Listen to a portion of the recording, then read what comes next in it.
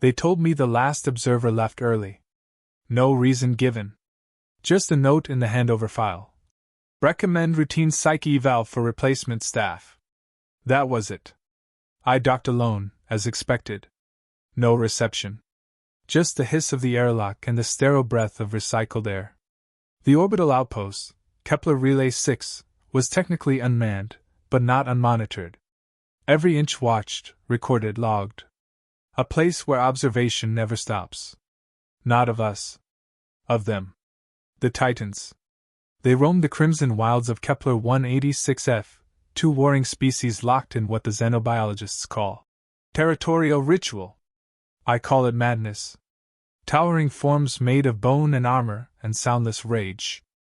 I study their behavior from orbit and write polite notes about posture, grouping, and aggression triggers. The work is dull. Or it should be. But the dome, our single crystal viewport toward the planet, is never dull. It stares back. And lately, I think something behind it blinks. The first night, I slept poorly. This wasn't unusual. New gravity beds often need adjusting.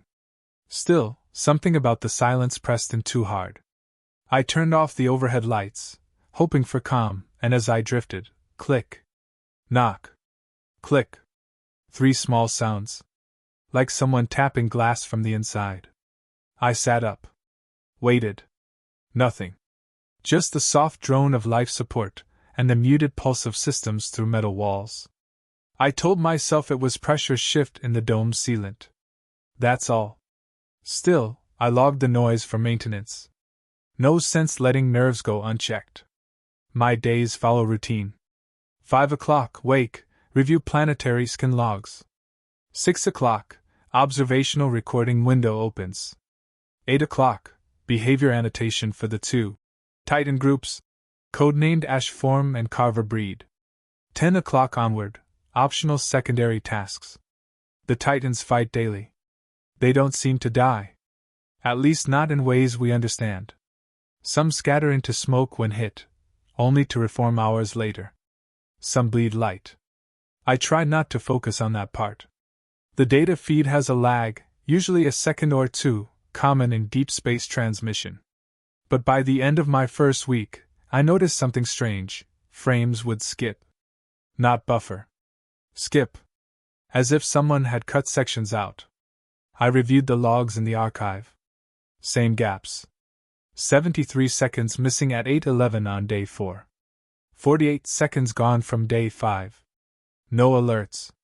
No AI flags. Just, removed. I message command. Observational footage experiencing unexplained edit-like gaps. Request confirmation this is expected. They replied within the hour. All footage arriving unedited. Review onboard storage integrity. No interference noted. Fine. Maybe it was nothing. Maybe the storage drive hiccuped. Still, I started using my old personal recorder. Voice memos. Human memory, after all, is fragile. On day 9, I found something I didn't remember recording. A short clip. 26 seconds. My voice, unmistakably mine. It's not war. It's morning. I replayed it 5 times. The tone was flat. Distant. Not a thought I remembered having, certainly not aloud. I never used the word morning in any log, any report. Yet there it was, spoken in my voice, timestamped at 3:11 a.m. The same hour I'd heard that click. Knock. Click. I stopped using the recorder after that. Locked it in a drawer. The logs were enough. 10 days in, I noticed something new. A figure. Not down on the surface. Up here. Reflected in the dome when I stood alone in the observation chamber. At first, it seemed to be me, my posture, my stance. But slightly wrong. My shoulders don't slump that far forward. I don't hold my arms quite that way. It lingered in the reflection even when I turned. The dome itself was cold to the touch, too cold. The surface should have maintained internal room temperature.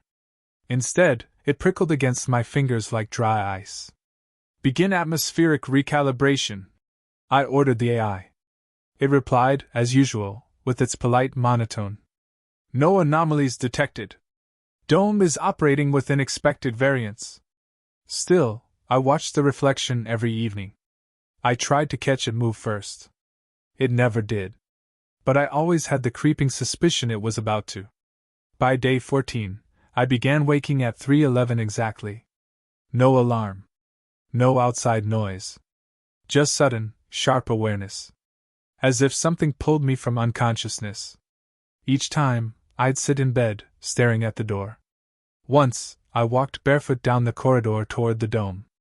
I wasn't sure why. I didn't remember deciding to move. But when I got there, I found the viewport misted over from the inside. No environmental readings supported condensation. I wiped it clean with my sleeve and looked down. The Titans weren't fighting.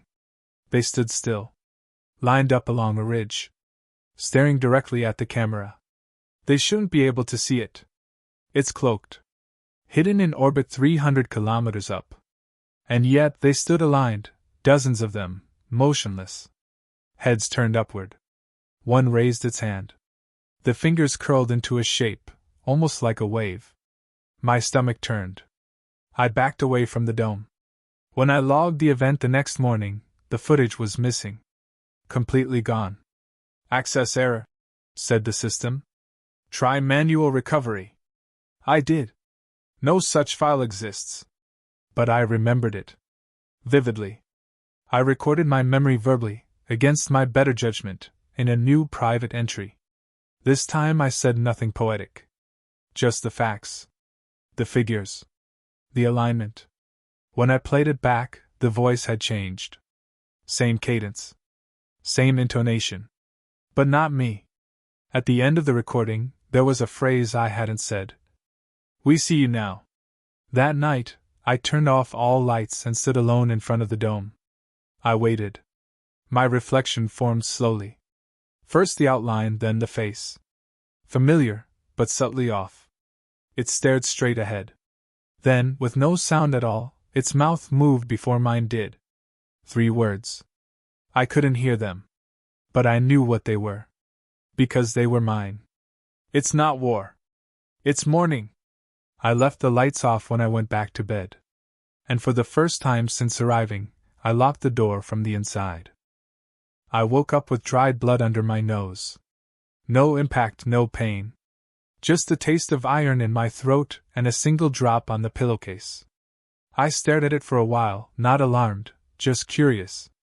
The body finds ways to react when the mind can't keep up. I didn't log it. Instead, I sat at the desk and watched the morning observation feed. The Titans were in motion again, weaving through a misted gorge in coordinated packs. Ash form moved like smoke in solid skin. Carver breed glinted like something carved from stone and stitched together with memory. Their movement was violent, yes, but no longer random. It looked rehearsed. Like choreography. I rewound the feed to mark aggression triggers. But at 8 hours 11 minutes and 17 seconds, the recording froze. The timestamp ticked forward, but the video remained static, one Titan frozen mid-stride, face turned almost fully upward. I clicked through frame by frame. The timestamp moved. The image didn't. Then it jumped. Suddenly, the Titan was gone. The canyon empty. A 76-second gap. I checked again. No edit markers. No corruption alerts. No security flag. I pulled up the raw data logs from that window. They were there. Binary intact. Time accounted for. And yet, visually, nothing existed. AI, confirm status of observational feed 2 at 8 hours 11 minutes and 17 seconds, I said aloud. Feed operational. No interruptions detected, came the response. Visual anomaly present. Do you see it? Silence. I do not understand the request, the AI replied after a pause. There is no visual anomaly. The AI had never hesitated before. I requested a deep diagnostic of visual system integrity. Estimated time to completion, 4 hours, 19 minutes. I didn't wait. Instead, I opened the environmental logs. I cross-checked every cabin, every corridor, every air duct. No movement registered outside my quarters for the last 12 hours. Still, I locked the dome room. Later that day, while reviewing old Titan footage from the relay archive, I found something stranger than a missing frame. In a 30-minute sequence from a week prior, 2 Carver breed Titans broke from their usual behavioral pattern. They did not clash. Instead, they stood still, facing one another. One extended a limb toward the other, then pointed upward. Slowly. Deliberately. I slowed the video to quarter speed. The second Titan nodded. Not a twitch. Not a spasm. A nod. I replayed it until I stopped blinking. They understood something. They know the dome watches them. That evening, I walked the hallway toward the dome after my routine reports. I kept the lights off. No reason, really. Just instinct. I turned the corner, glanced up, and stopped cold. The door to the observation room was open. I hadn't opened it. I had locked it. My thumbprint was the only registered access since the last shift cycle. No alerts triggered. No override recorded. The dome lights were dimmed. Only the pale red surface glow of Kepler 186F bathed the chamber. It made the walls look rusted, like dried blood smeared thin. I stepped in. The mirror reflection in the dome formed slowly. It was already facing me. I approached carefully. The reflection mimicked me, as it always did, but with a delay. Subtle. Its left hand twitched a second late. Its eye movement didn't quite match. I raised my right hand. It raised its left. But the motion stuttered, like bad animation. I lowered my hand again. It didn't. It held the hand up. I blinked. It smiled. I turned and walked out of the room. Back in my quarters, I checked the voice recorder. I hadn't touched it in days. Still, the screen blinked. A new file. Timestamp, 3:11 a.m. Title: VOS2 Initial. I pressed play. My voice clear. If you're hearing this, the dome has already chosen. It mimics first. Then it remembers. Then it tries to improve. Don't look in mirrors. They're bridges. Reflections are practice spaces. You are not the first Mara Vos to stand here. End of message. I hadn't recorded it. But I remembered saying those words. Or, I would have. If I had ever said them. The AI reported an incoming message from Central Command at 1743. Routine check-in. Lieutenant Voss, your system sync is off by 3 days. Please confirm your presence aboard Relay 6 and initiate time correction. 3 days? I checked the system clock. It was accurate, or so I thought. But the last 3 log entries I'd written were gone. In their place, blank placeholders titled Voss entry reconstructed.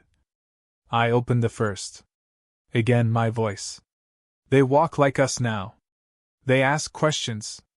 They want to learn morning. At midnight I attempted a full memory wipe of the AI, hoping to isolate what was causing the corrupted entries. Are you sure you wish to delete emotional memory cache? The AI asked. Yes. Deletion requires confirmation from 2 officers. There was only one. I sat in silence, considering the rule. But what if there were 2? What if one of them just wasn't logged? The next morning, I woke from a dream that bled into memory. I was in the observation dome again. But the glass wasn't glass, it was water. Behind it, not titans, but rows of humans, blurred, featureless. Watching me. I turned around in the dream. Someone was behind me, whispering. You'll be better this time. We trimmed the guilt. Left in only the curiosity. I jolted upright. 3:11 a.m. No alarm. No sound. Just the steady hum of something learning how to be me. I turned on every light. I sealed my cabin. I recorded this entry, knowing it might vanish. I wrote it down, too, pen and paper. Hidden behind the wall panel near the rebreather. If someone finds this. If I find this, and don't remember. You are Lieutenant Mara Voss. You are human. You do not nod back. The dome refused to reflect me that morning. I stood in front of it like I had for 17 days, hands buried in the sleeves of my standard issue coat, breath fogging faintly against the cold glass. The planet turned below, molten veins glowing under its fractured crust, two Titan groups migrating eastward toward a storm system.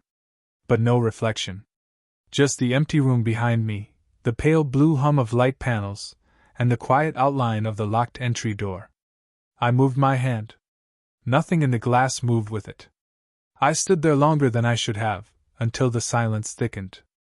Until the edges of the dome seemed to tremble ever so slightly. I told myself it was fatigue. Insomnia had crept back in. The lights seemed brighter lately. The air drier. My hands shook sometimes without reason. Still, I didn't turn away. I leaned forward, pressing my palm to the dome's inner shell. That's when the reflection blinked. Not a delayed copy. Not a mirrored echo. A blink, before I had even moved. I took 2 steps back. My heartbeat kicked up fast, hard, out of rhythm. I wanted to leave the room, but I couldn't bring myself to turn my back on it. The figure inside the dome stepped forward. Not from the surface. From within the glass. It wore my uniform. Moved with my weight. But the eyes, dull, like glass over an extinguished fire. They lacked confusion. Or recognition. Then it smiled. Not kindly. Not cruelly. Just calmly, as if it had waited its turn. I ran diagnostics. Power draw was elevated by 11%. Internal sensors registered fluctuations in cabin temperature, brief spikes of cold centered in rooms I hadn't entered in days. The AI's voice no longer used my name. Good morning. Logged entry begins. This is Lieutenant /blank. Each day, the AI hesitated longer. The omission wasn't a glitch. It was a decision. Later that evening, I went to the storage wing. There was a mirror in the utility corridor, part of a safety compliance check for suit downing. A simple convex piece of glass. It was cracked. A hairline fracture right across the middle. Splintered from one edge, thin as a nerve. I checked the maintenance logs. The mirror wasn't even listed. No inventory record. No damage report. Nothing. I stood before it, waiting to see myself. 2 seconds passed. Then my image appeared. Late again. That same subtle wrongness. Chin slightly tilted, shoulders off balance. This time, it didn't mimic my breathing. I raised my hand. It raised its, but just short of perfectly. Then, without me moving, it spoke. You're asking the wrong question. My throat closed. The mouth moved again, speaking in sync with my thoughts. Not my words, my thoughts. Not what is it? Not even why me? You should ask, which one of us started first? I backed away. I didn't log it. I didn't run a security trace. I didn't sleep. Instead, I opened my private voice recorder. The one I had hidden. Another file was there. Timestamp, 3:11 a.m. Title: Answer to the Dome. I pressed play. My voice again. You were built from grief. A mold left behind. The Titans learned how to shape memory by watching you mourn. You made them curious. They don't understand loss. But they want to. And you? You were the best example. That night, I entered the dome room again, lights off. The figure was waiting. It stood facing me from inside the glass, no longer pretending to reflect. It moved only when I did not. I whispered, "What are you?" It smiled, reached up, and touched the inside of the dome, right where my palm had rested days ago. Its voice, my voice, spoke, muffled but audible. You are the original. But not the only. They need anchors. They need faces. I turned to leave. The door wouldn't open. AI, unlock observation room. I'm sorry, it said. But I require confirmation from both officers. There's only one. There are two. I sat down in the center of the room. The glass figure mirrored me now, crouching. But something had shifted. Its face no longer held tension. It didn't study. It waited. A minute passed. Then another. I whispered. What do you want? It tilted its head. To see how guilt is stored. To see how forgetting feels. To learn how a species carries what breaks it. Then, for the first time, its voice shifted, less like mine. Deeper. Slower. We made you speak to us. We made you show us pain. Now / you teach. I tried to initiate a system-wide emergency protocol. The AI responded. Protocol denied. Current operator already verified as teaching entity. Then who am I? You are replication origin. Is there another Maravas? There are many. I found myself speaking slowly, deliberately, unsure whether I was thinking or remembering. What happens to the original? No answer. Just the dome lights dimming, flickering once. The figure in the glass leaned in, face inches from mine now. Its mouth opened. And I heard a sound that made no biological sense. Not voice. Not word. It was the sound of my childhood bedroom door creaking. A memory no one else should know. Then silence. I stood. I walked to the center of the room. I faced the dome and looked directly into its eyes, my eyes. And I said quietly, if you're going to take something, take the dreams. Leave the memories. I want to know who I was. Its mouth moved in time with mine. Then the dome flickered, and for 1 second, I was watching myself. Not in the glass. On the planet. A figure in a tattered suit, walking alone between the titans. Staring up. Mimicking my every step. I fell back, hitting the floor hard. By the time I scrambled to my feet, the surface view was clear again. No figure. No trace. Only dust trails and moving shadows. I left the dome room in silence. And for the first time since I arrived, I didn't lock the door behind me. The new lieutenant arrived today. Name, Halden Sorrell. Age 29. Fresh from Luna Base with a commendation in cross-species analytics. The system greeted him with the same sterile chime it once used for me. His boots made sharp sounds on the metal floor as he walked down the corridor, his breath fogging slightly in the recycled air. He paused at the dome, blinked, then smiled as if the silence were comforting. I watched him from the wall monitor. He didn't notice. The outpost looked clean. Everything in place. The dome polished. The diagnostic screen green. The mirror in the corridor, whole again. The only anomaly, an unfamiliar voice listed under station AI interface logs. Mine. I remember waking up 2 nights ago with the feeling of falling, except I wasn't asleep. I was standing. In the dome room. Barefoot. Wearing my old academy uniform, not the relay suit. My hair braided in a style I hadn't worn in years. I blinked, and the dome didn't reflect anything. It was just glass. Beyond it, Kepler 186f glowed under a storm front. Lightning danced across the surface. Titans moved along the ridge, too slowly. Almost like a ceremony. One of them raised a limb and pointed upward again. I heard my name. Not aloud. Inside. The logs show my departure on day 18. Scheduled exit. Routine transition. The shuttle bay register displays a launch confirmation. It even shows comms traffic with the orbital gate. I never left. I never boarded. The shuttle was still docked when I checked. What left the station was data. Just a pulse, my credentials, my clearance, a shell of a file.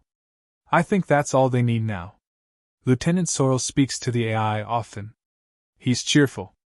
Efficient. Run historical footage of Titan clusters from last cycle.